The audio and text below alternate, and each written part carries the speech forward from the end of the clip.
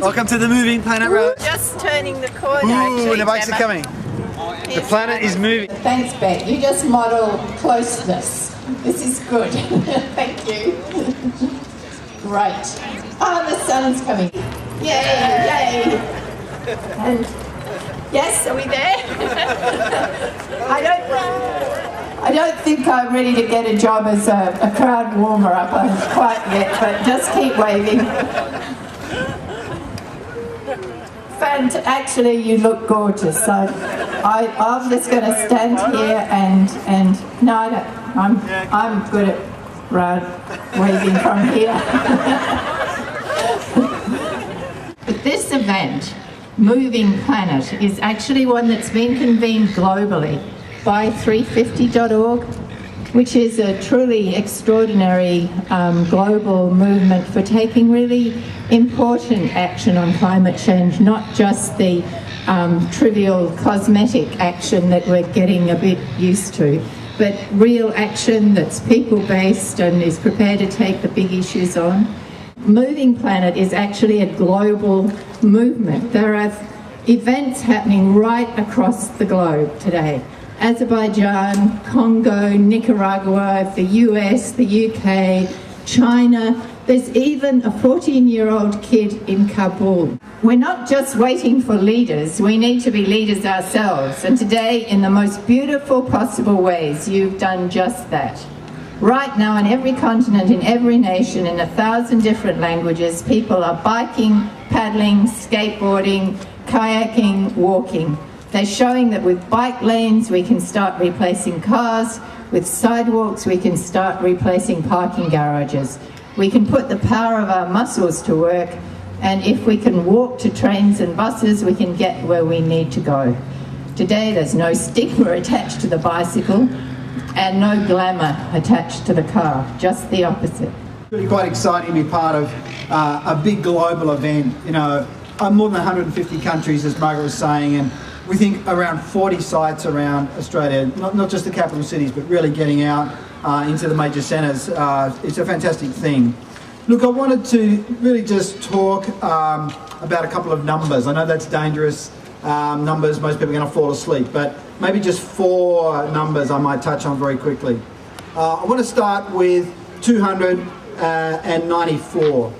294 is the number of parts per million of CO2 that on average over the last million years Mother Nature has said is what she's comfortable with. You know, it's gone up and down. We've had 5 glacial periods and 5 interglacial periods over the last million years, but on average, you know, the climate naturally has oscillated within a band where it says we're comfortable with 294. The next number is 392. Now 392 is the number of parts per million of CO2 in the atmosphere today.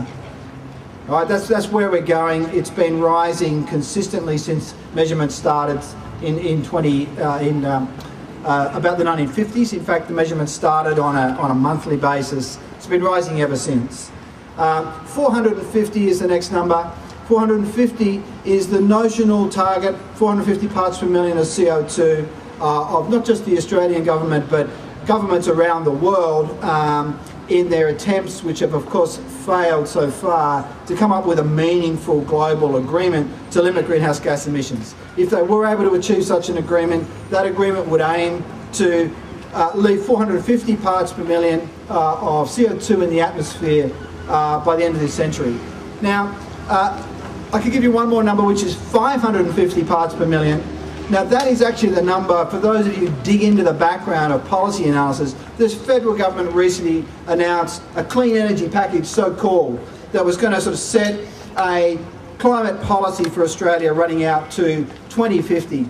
And that policy is analysed by its own Treasury in the documents that the Treasury put out to deliver 550 parts per million of CO2 in the atmosphere by 2050 if they succeed in rolling out the measures in that package.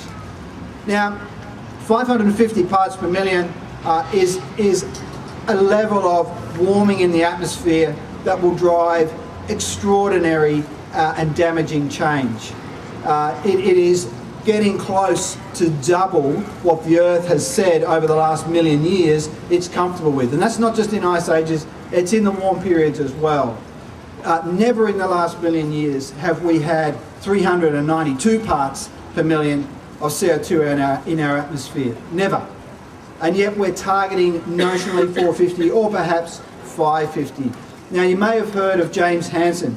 James Hansen is one of the world's preeminent climate scientists. He's based with the NASA Goddard Institute in the United States. Now, James Hansen is on record as saying 450 parts per million of CO2 in the atmosphere is a recipe for catastrophe, for disaster. And yet the Australian government finds it appropriate to target 550 parts per million. On what basis? On what basis, I don't know. We must base our climate science on the facts. We must base our policy on the facts of climate science.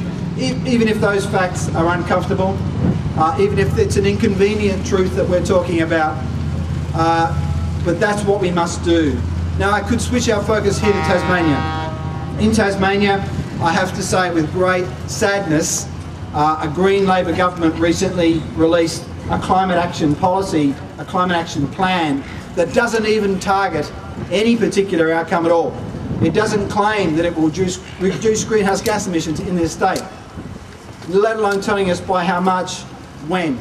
There are no strong measures in there. We need to do better than that. We need to aim high. We need to aim at what the scientists tell us would give us a chance of getting through this climate crisis. It's really great to see everyone out here today. It's kind of days like this that remind me that I'm part of something bigger, you know, and it's not just me struggling along, and on days when I'm riding my bike in the rain, it's thinking of events like this that enable me to do that with a smile. So thanks everyone for being part of this. I'm here to particularly speak to the young ones in the audience.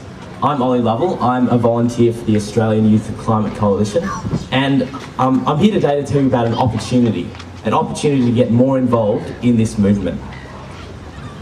This October, from the 15th to the 17th, we'll see over 1,000 young Australians converge on Brisbane. They're converging for a 3-day conference to network, hear and do workshops and hear from amazingly inspiring speakers on this issue. I'm here to invite you to come, anyone from 15 to 25, to come and be part of this movement. This movement's really hoping to kind of change the debate in Australia and show that young Australians really want to take hold of their future and ensure a safe climate future. Did you know that the world produces enough food for everyone, yet 1 in 7 people on our planet go to bed hungry each night?